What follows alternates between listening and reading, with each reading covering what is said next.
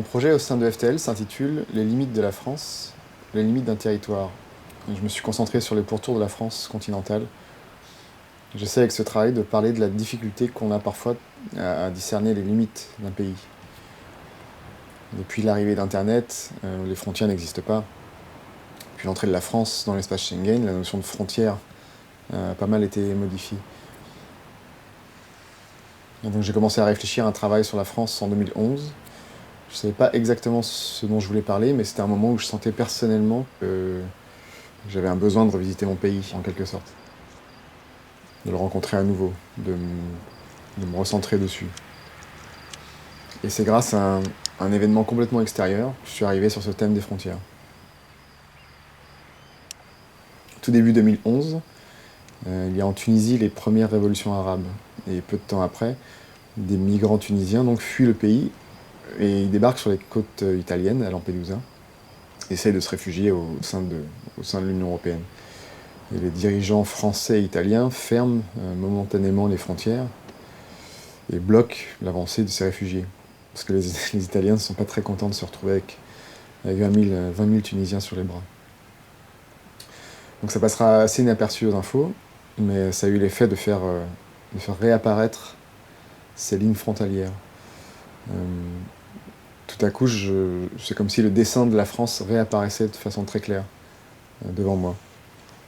Et puis ça m'a fait beaucoup réfléchir sur nos libertés de mouvement, bien différentes d'un homme à l'autre, sur la possibilité ou non de franchir ces lignes, sur la position réelle sur un territoire, sur la délimitation, soit donc naturelle ou au contraire politique d'un pays. Donc, ce qui en soi est une ligne démarcatrice, presque invisible pour moi, s'avère en l'occurrence là être un mur complètement infranchissable pour d'autres. Ça m'a fait aussi réfléchir à la question de qu'est-ce qui m'empêche exactement de franchir une ligne invisible, à part des lois.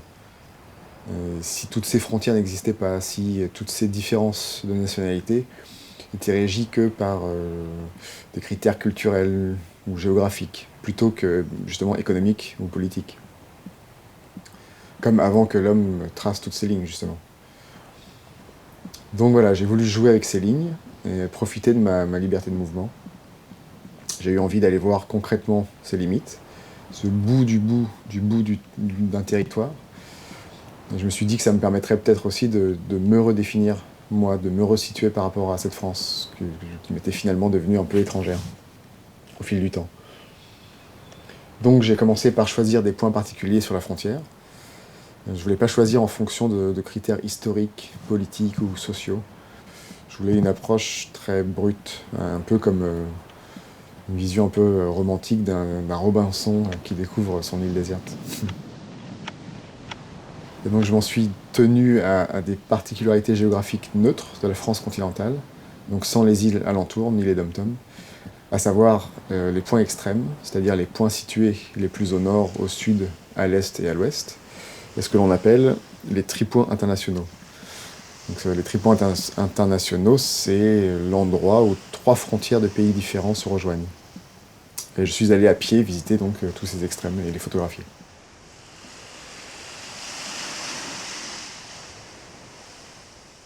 Ce qui est important pour moi dans ce travail, c'est cette notion de progression sur le territoire. Que l'on ait vraiment cette sensation de cheminement, de recherche de ces points particuliers. Je suis vraiment dans l'errance et l'exploration, même la découverte même.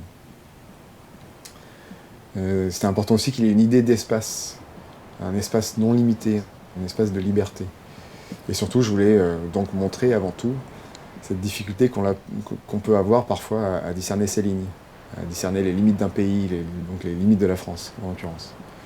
D'où le choix de photographier entre chien et loup, et de matérialiser la frontière avec des témoins lumineux, comme pour casser cette fausse idée que j'avais, cette fausse idée que les frontières n'existent pas. Et de planter un repère aussi, un drapeau au point recherché. Un peu comme cette épingle Google que l'on obtient quand on fait une recherche sur Internet.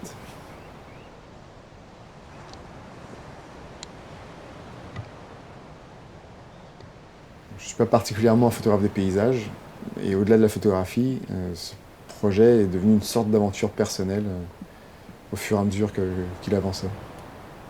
C'était finalement moi seul, au fin fond de la France, et seul face à moi-même, donc, aussi. Je suis allé voir les limites d'un territoire, mais je suis allé voir les limites de mon territoire. Je les ai même un peu poussées parfois, je me suis parfois perdu, pensant être encore en France, alors que j'en étais déjà sorti. Mais donc ça marchait bien dans la démarche. Aussi, ça prouvait qu'au-delà de cette délimitation inscrite et décidée par l'homme, et des intérêts proprement politiques ou économiques, bah, toutes ces limites ne veulent pas dire grand-chose, finalement.